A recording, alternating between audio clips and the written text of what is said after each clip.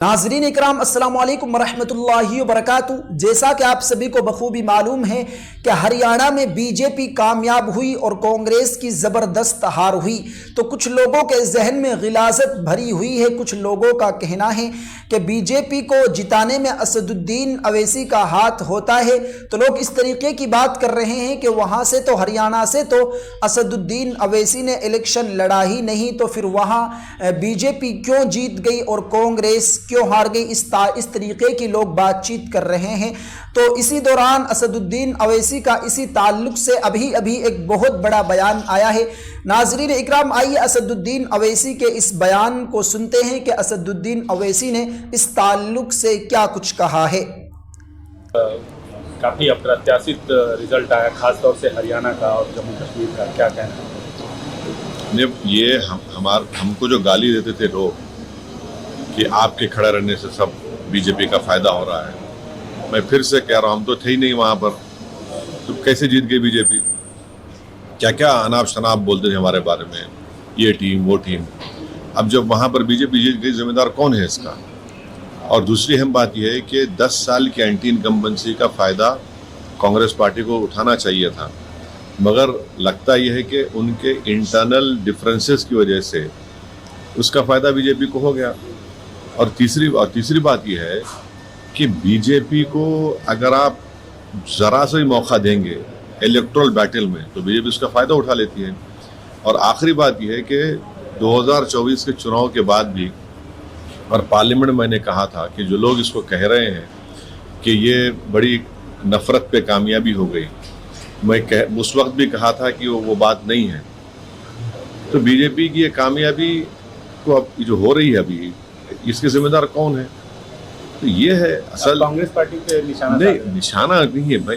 Main opposition तो आप ही है वहाँ पर, मेन अपोजिशन तो ओवैसी थोड़ी है, मेन अपोजिशन आप ही हैं। और 10 साल के एंटी इनकम्बेंसी के बाद 10 साल और फिर आपके हालिया पार्लियामेंट के चुनाव के नतीजे के बाद एक गोल्डन अपॉर्चुनिटी थी इनके पास कि बीजेपी को हरा देते वहाँ से, मगर वो नहीं कर पाए। इनका अपने इंटरनल डिफरेंसेस की बुनियाद पर, अपने एरोगेंस की बुनियाद पर, तो बड़ा इसको आप बीजेपी की जीत नहीं बल्कि कांग्रेस की नाकामयाबी बता रहे हैं आप? मेरा मानना यह है कि देखिए, मध्य प्रदेश में भी जीतना चाहिए था, छत्तीसगढ़ में भी जीतना चाहिए था, यहाँ पर भी जीतना चाहिए था। तो ये तीसरा ऐसा प्रदेश है जहाँ पर बीजेपी को हारना चाहिए था। असेंबली इलेक्शन बीजेपी जीत गई, तो ये खुद एक बहुत बड़ा पैगाम देता है कि किस तरीके से क्या हो रहा है। तो जहाँ तक मेरा ताल्लुक़ है, हमारी पार्टी हम तो डिसाइड के नहीं लड़ेंगे, पर इतने बड़े लोग इस पार्टी के मुझसे भिजाए लोगों के आप चुनाव लड़िए, बोला नहीं लड़ेंगे हम अब चुनाव लड़ेंगे अपनी तरीके से लड़ेंगे।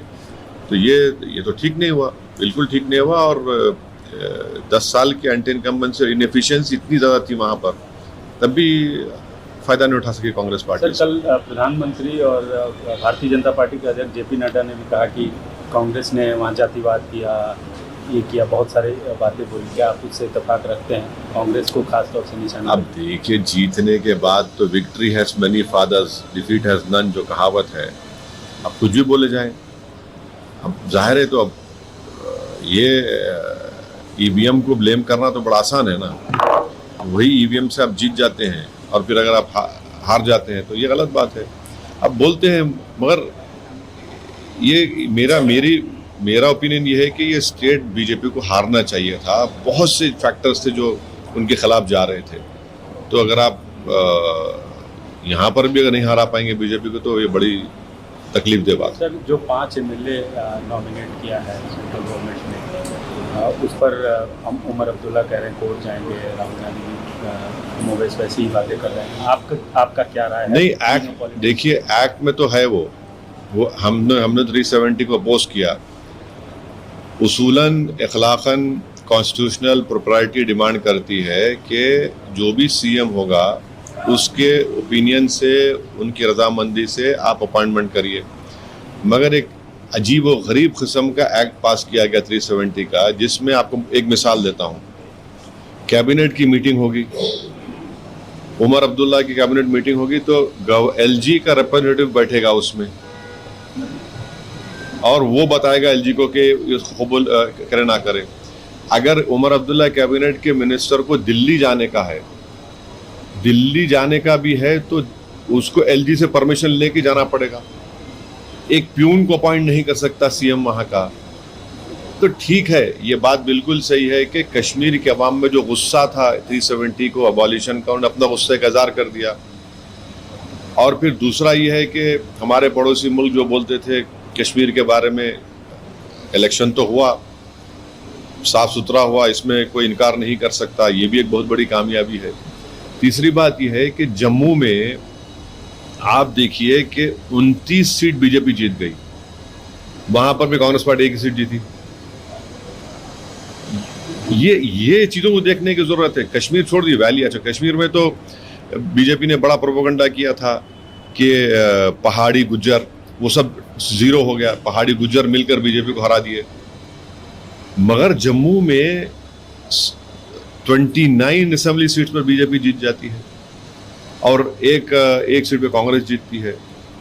तो ये चीज़ों को देखना पड़ेगा। ये तो ठीक नहीं है ना, बिल्कुल ठीक नहीं है ये।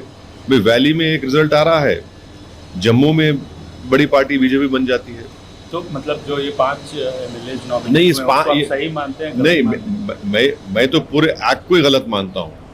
इसीलिए मैंने पार्लियामेंट में उसका वो खुलकर हमने उसका अपोज किया था कि क्या सीएम होगा उमर अब्दुल्ला, बताइए भाई। उसकी कैबिनेट में एलजी का रिप्रेजेंटेटिव बैठेगा और वो बैठकर रिपोर्ट करेगा कि जो डिसीजन एक्सेप्ट करे ना करे। अगर उमर अब्दुल्ला अपने मंत्रियों को लेकर दिल्ली आना चाह रहे तो प्लेन में बैठ के ऐसा नहीं आ सकते, उनको एलजी से परमिशन लेके आना पड़ेगा। एक प्यून को अपॉइंट नहीं कर पाएंगे, तो पूरा पावर तो एलजी के पास ही है।